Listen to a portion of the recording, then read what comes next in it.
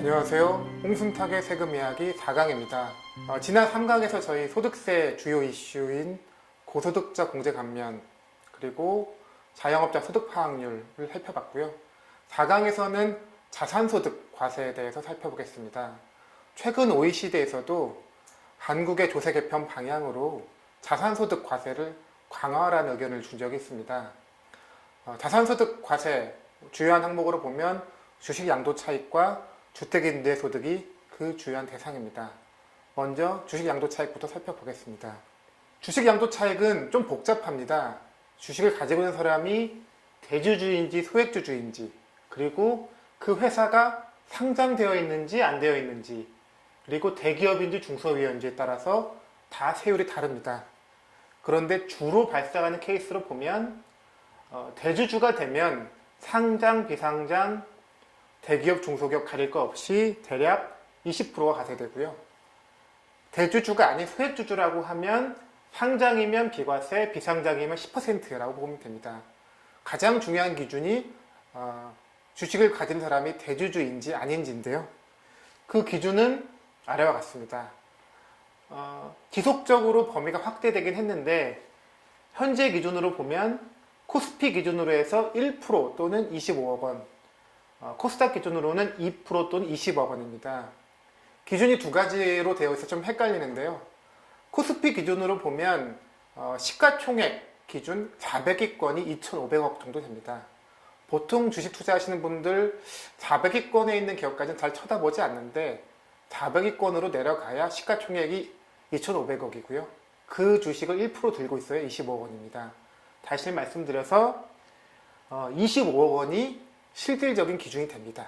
그러니까 대주주는 25억쯤 갖고 있어야 대주주로 분류되는 것입니다. 그런데 이게 총액 기준이 아닙니다. 한 종목에 25억을 가지고 있어야 대주주가 됩니다. 이걸 좀 문제점을 살펴보면요. 보유 금액 기준으로 한 종목에 25억 원을 가지고 있어야 대주주가 되고, 그래야 20% 과세가 됩니다. 1년 이내면 30%지만 대부분 20% 과세된다고 보면 됩니다. 문제점으로 보면 근로소득보다 가벼운 세부담이 됩니다. 근로소득 최고 세율 38%입니다. 양도차익, 차익이 발생해야만 내는 세금인데 20%만 세금을 납부하고 있습니다. 두 번째는 그러면 한 종목에 25억 미만을 갖고 있는 사람들은 현재 모두 비과세입니다. 그런데 한 종목에 25억 원 가지고 있는 사람들을 모두 개미 투자자라고 볼 수 있을까요? 이 부분에 좀 문제가 있습니다. 사실 주식 양도 차익 전면 과세는 여러 차례 논의가 되어 왔습니다. 가장 대표적인 보고서로 국회 예산정책처에서 최근에 낸 보고서가 있는데요. 여러 가지 논거를 들고 있습니다. 주식시장의 성숙도, 그리고 세부담의 형평성, 대부분의 선진국에서 주식 양도소득세를 전면 과세하는 점, 그리고 우리나라처럼 거래세에서 양도세로 전환에 성공한 일본 사례, 그리고 거래세를 일부 인하한다고 하면 소액투자자, 진짜 소액투자자는 현재보다 이익을 볼 수 있는 점, 이런 것들을 들어서 주식 양도차익 전면 과세가 필요하다는 의견을 낸 적이 있습니다. 이 부분에서 주요 금융상품 과세만 살펴보면 미국, 일본, 프랑스, 독일, 스페인, 브라질, 이탈리아 거의 모든 나라가 주식 양도 차익을 전면 과세하고 있습니다. 거래세만 내고 있는 나라는 그리 많지 않습니다. 그런데 이 반발이 만만치 않습니다. 이 보고서가 나온 직후에 국회 예산정책처 게시판에 올라온 글들입니다.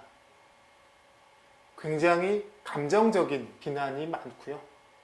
핵심을 보면 이득 봤다고 세금 떼갔는데 손실 보면 어떻게 할 거냐? 책임져 줄 거냐? 그런 글들이 많습니다. 그러면 손실 봤을 때 책임져 주면 어떨까요? 방법으로 보면 즉시 환급하는 방법을 쓰면 됩니다. 사례를 통해 한번 살펴보겠습니다. 현재 대주주의 양도차익을 과세하는 방식입니다. 상반기에 20억 원을 이득 보고 하반기에 10억 원 손실 봤다고 하면 이익과 손실을 상계해서 10억 원에 대해서만 세금을 납부합니다. 20%니까 2억 원 납부하게 됩니다. 그런데 이것을 달리 설명해 보면 20억 원 이득 봤을 때 4억 원 납부했다가 10억 원 손실 봤을 때 2억 원 환급 받은 것과 결과는 같습니다. 소액주주에게 양도세 과세한다고 했을 때도 동일할 것으로 예상이 됩니다. 상반기 4천만 원 이득 보고 하반기에 3천만 원 손실 봤다고 하면 이익과 손실을 상계해서 1,000만 원에 대해서만 세금을 납부하면 될 거고요. 20%니까 200만 원 납부하게 됩니다. 이 역시 이익 봤을 때 800만 원 납부하고 손실 봤을 때 600만 원 환급받는 것과 동일합니다. 그런데 문제는 이런 이득과 손실이 한 해를 건너뛰어서 발생할 때 있습니다. 이를테면 작년에 이득 봤습니다. 4천만 원 이득 봐서 800만 원 납부했는데 올해 3천만 원 손실 봤다고 하면 합산이 불인정됩니다. 현재 방식에선 그렇습니다. 결과적으로는 세금만 800만 원 납부하게 됩니다. 사실 이런 것들이 불만의 대상입니다. 반대로 작년에 손실을 봤습니다. 3천만 원 손실 보면 역시 환급이 없습니다. 올해 4천만 원 이득 봤다고 하면 작년 손실이 이월되지 않습니다. 결국 4천만 원 이득에 대한 20%는 800만 원만 납부하게 되고요. 손실분이 인정되지 않습니다. 작년에 손실 보고 올해 이득 보고, 작년에 이득 보고 올해 손실 봤을 때 손실분을 전혀 고려해주지 않는 방식에 대해서 불만이 있는 것입니다. 그래서 이렇게 보는 것입니다. 4천만 원 이득을 봤으면 그게 언제 받든지 간에 8천만 원을 원천대로 납부하고 3천만 원 손실 보면 그 즉시 600만 원만큼 환급을 해주게 됩니다. 이렇게 한다고 하면 신고하는 절차는 필요 없고요. 그런데 신고를 한다고 하면 4천만 원과 3천만 원을 상계한 1,000만 원에 대한 세금 200만 원 납부한 것과 결과적으로 동일합니다. 이렇게 만들어준다고 하면 손실에 대하여 무기한 이월공제를 해주는 효과가 있기 때문에 손실에 대한 고려를 해주는 것이 됩니다. 이게 무리한 방법은 아닙니다. 이미 주식 양도차익 과세를 하고 있는 국가들 현황을 보면 미국, 영국, 호주, 독일 모두 무기한 이월공제를 선택하고 있고 프랑스 5년, 이탈리아 4년, 스페인 4년 많은 나라들이 4년 이상 공제를 해주고 있습니다. 이월공제를 허용해도 세수가 없어지지는 않습니다. 두 번째는 손실 환급을 먼저 해준다. 이월공제라는 거는 이득을 본 후에 나중에 손실 봤을 때 그걸 상계해주는 것인데 지금 제안한 방식은 손실 환급을 먼저 해주는 문제가 있습니다. 그런데 보통 손실이 발생하면 손절매를 못하고 보유하는 어떤 주식 투자자의 기본적인 특성이 있기 때문에 그로 인한 세수 감소 효과 그리고 선지출 효과는 크지 않을 것으로 생각이 됩니다. 이런 방식에 대한 비판 생각해보면 조삼모사다. 어차피 원래 돌려줄 돈 돌려주는 거 아니냐라는 비판이 있을 수 있고요. 증세 효과가 없을 거다. 2월 공제 부담이 너무 크다. 라는 비판이 있을 수 있습니다.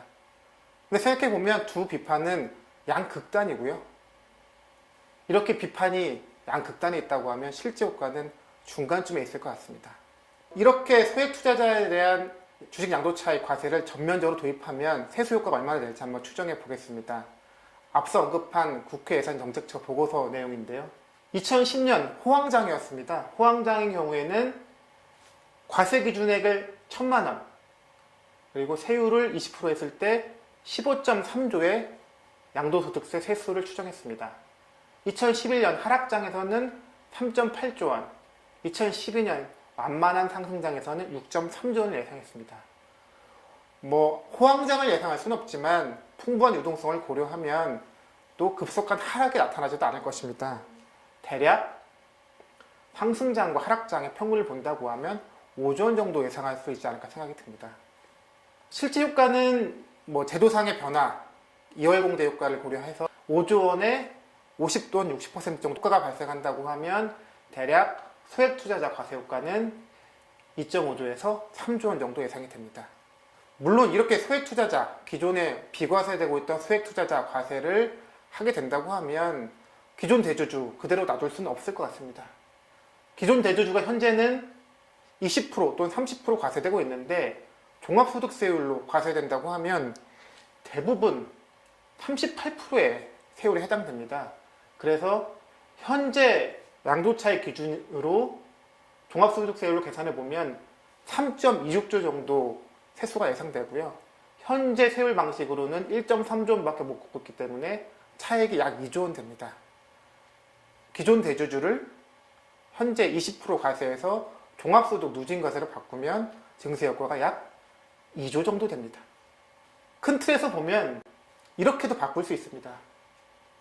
한 종목에 25억 원 이상 투자하고 있는 대주주는 땀 흘려 번 소득보다 가벼운 세금은 너무나 부당하기 때문에 최소한 종합소득과 동일한 세율로 과세하게 되고요. 소액 투자자 전체를 과세하는 게 좀 부담된다고 하면 개미라고 볼 수 없는 기준을 정할 수도 있습니다. 한 종목 기준으로 3억 또는 5억 기준을 정해서 그 이상에 대해서는 단일 세율 과세 20% 정도 과세할 수 있습니다. 그리고 한 종목 기준 3억 또는 5억 원 이하, 이쪽은 기존과 동일하게 개미 투자자로 인정을 해서 비과세를 유지하는 방법도 가능한 방안일 것입니다. 이렇게 소액 투자자 전면 과세를 하면 약 2에서 3조, 대주주 과세 방법을 현행 단일 세율에서 종합소득으로 누진 과세하면 최소 2조, 합하면 4에서 5조 정도 세수 효과가 예상됩니다. 즉 주식 양도차익 과세를 정상화한다고 하면 꽤 많은 4에서 5조 원의 증세 효과가 있는 것입니다. 다음은 주택임대소득입니다. 주택임대소득은 1999년 이전에는 비과세였었고요. 2000년부터 단계적으로 과세가 되어 왔습니다. 2011년에 보면 월세는 2주택, 전세는 3주택이 과세 대상입니다. 그 주택임대소득은 기본적으로 종합소득으로 누진 과세되고 있었기 때문에 소득이 많으면 세금이 많이 올라갔습니다. 과세 체계는 문제가 없는데 문제는 소득 파악이 안 되고 있었다는 데 있었습니다. 그래서 2014년에 주택임대차 선진화 방안이라고 해서 이런 것들을 보완하는 조치가 나옵니다. 전월세 가격 정보가 담겨있는 임대주택 확정일자 신고 자료를 국세청에서 확보를 하고요. 월세 소득공제를 세액공제로 전환하면서 세입자 지원을 강화하여 신고가 더 많이 되도록 했습니다. 반면 2천만 원 이하 소규모 임대주택은 분리과세로 바꿨습니다. 45%의 필요경비를 인정하고 14%의 분리과세율을 적용했기 때문에 세율로 보면 수입의 7.7% 정도, 종합소득과 비교하면 굉장히 낮은 세율을 인정해 줬습니다. 과세 기반을 확보했기 때문에 조세 저항이 있을 거로 예상돼서 약간의 후퇴한 것으로 이해할 수 있는 정도입니다. 그런데 문제는 같은 해 3월, 6월 두 차례 후퇴가 있었습니다. 3월에는 필요경비를 60%를 올렸고 분리과세 자체를 2년 동안 비과세로 유예했습니다. 그리고 기본 공제액으로 400만 원도 신설했습니다. 6월에는 한 발 더 나아가서 1년 비과세기를 1년 연장했고 전세과세도 결과적으로는 2주택을 확대하지 못했습니다. 이러한 주택임대소득 과세 방법이 어떤 효과가 있는지 한번 비교를 한번 해보겠습니다. 주변에서 보면 은퇴하신 부모님들이 은퇴자금으로 은행에 넣어놓으신 부분도 있고요. 부동산 임대소득을 얻는 부분도 있습니다. 2천만 원 금융소득을 얻는 부분도 있을 거고 2천만 원 주택 임대소득을 얻는 분도 있을 것입니다. 또 한편 주변에서 보면 2천만 원 정도 근로소득을 얻고 있는 사람도 충분히 볼 수 있습니다. 동일한 2천만 원씩 소득을 얻고 있는 세 사람을 비교했을 때 세 가지 유형의 소득에 대해서 어떤 과세 방법이 적절할까요? 주택임대소득 대표적인 불로소득이라고 부르긴 하지만 금융소득 방법은 좀 다릅니다. 공실의 위험도 있고 발품도 많이 팔아야 됩니다. 하지만 주택임대소득이 근로소득만큼의 노력이 들어가는 것은 아닙니다. 그런 것들을 고려하면 주택임대소득의 세부담은 금융소득과 근로소득의 중간 정도 위치하는 게 적절하지 않을까 싶습니다. 현재 과세 방법을 그 관점에서 한번 살펴보겠습니다. 근로소득 2천만 원 얻으면 결정세 15만 원이고요. 주택임대소득은 56만 원, 금융소득은 280만 원을 내야 됩니다. 수익 금액과 비교하면 근로소득이나 주택임대소득의 실제 실효세율이 턱없이 낮습니다. 앞서 말씀드린 것처럼 필요경비를 60%, 기본공제 400만 원이 너무 크기 때문입니다. 한편 정부가 당초 2월에 냈던 방안을 기준으로 한번 세 가지 유형의 소득을 비교해 보겠습니다. 이렇게 하면 근로소득과 금융소득은 동일한데 주택임대소득의 세부담이 154만 원으로 올라갑니다. 이제 딱 중간에 와 있습니다. 이 정도는 되어야 주택임대소득에 대해서 그래도 그나마 괜찮은 과세를 하고 있는 것입니다. 사실 이 방안도 45%의 필요 경비율을 인정해주고 있는데 고가주택의 단순 경비율은 34%고요. 일반 주택은 42%입니다. 그와 비교하면 45%도 사실 높은 수준입니다. 그래도 이 정도라도 돼야 공정할 것입니다. 이로 인한 세수 규모를 한번 추정해 보면요. 대략 380만 가구에서 발생하는 임대료가 그 과세 대상이 될 것으로 예상이 됩니다. 전체 전월세 가구는 780만 가구이긴 하지만 이 중에는 개인 소유주택이 아니라 공공기관이나 법인 소유주택에 거주하신 분들도 있고 현재 3주택 전세는 과세 대상이 아니기 때문에 그런 걸 다 제외가 나오면 약 400만 가구가 과세 대상이 되고요. 그 경우에 형태를 전세, 보증금 있는 월세, 보증금 없는 월세, 그리고 지역을 수도권, 5대 광역시, 도지역으로 다 나눠서 한번 가격을 산정해 보면 전체 임대료 수입이 25조 원 정도로 예상이 됩니다. 25조 원을 과세한다고 했을 때 현재 안으로 과세하면 세액이 0.8조 원밖에 안 됩니다. 그런데 당초 한대로 하면 1.9조 원 정도의 세수 확보가 가능합니다. 참고로 경비율, 45% 경비율이 너무 높은 걸 감안해서 35%만 적용한다고 하면 약 2.3조 원까지 세수가 늘어납니다.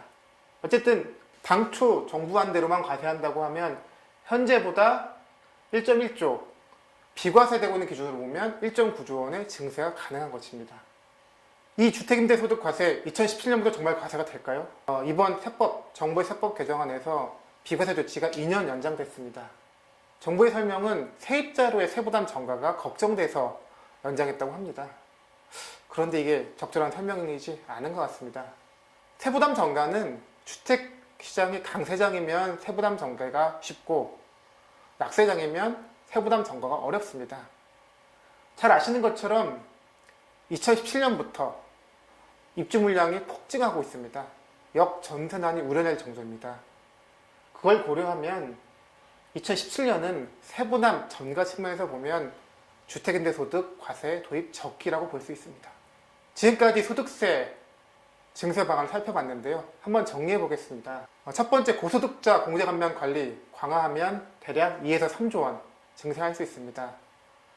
자영업자 소득 파악률 개선, 어떤 정책 대안이 있는 건 아니지만 그 분명 추세를 확인할 필요가 있고 대략 3에서 4조 원 정도 세수가 늘어날 것으로 예상됩니다.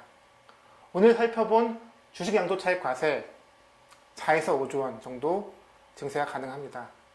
주택임대소득 과세도 당초 정부안대로만 과세한다고 해도 1에서 2조 원 정도 세수가 늘어날 수 있습니다. 합해보면 대략 10조 원, 최소 10조 원, 많게는 14조 원까지 예상이 됩니다.